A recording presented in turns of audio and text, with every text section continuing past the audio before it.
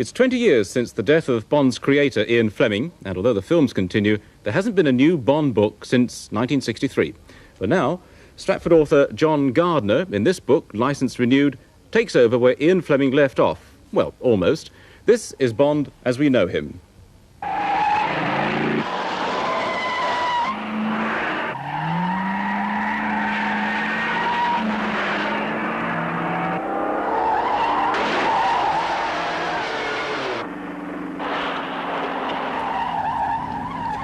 And this is 007 in 1981, in a different car, but still full of surprises.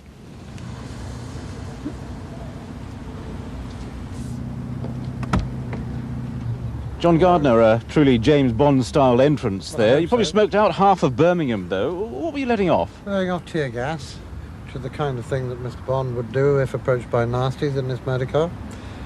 Keep them at bay.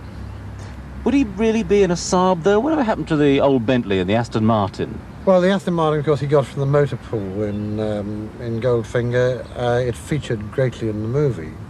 But we're in the 80s now, so he'll be driving an 80s motor car. Well, of course, his car's always had gadgets. Now, presumably there's one or two hidden away in this one.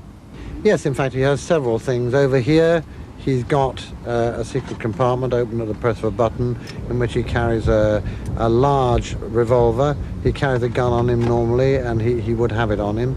But under the passenger seat, again at the press of a button, he carries an oxygen cylinder and masks in case any of the tear gas drifted inside or in case he was locked in the car for any long period.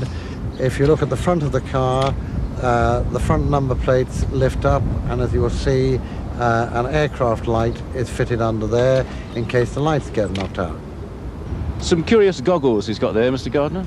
Oh, these goggles, yes, well, they're not goggles, they're night finder glasses, and he can strap them around his head and wear them like that, and in fact can see in the dark. He can drive without lights. Now, are there any other gadgets on this car, then, that Mr. Bond hasn't had before? Well, yes, there is one that I can show you. It's a little remote control gadget that if Mr. Bond happens to be in a tight corner and he's a little bit far away from his car, he can start it at a distance and make a getaway. Would you like me to show you? Yes, certainly, yes.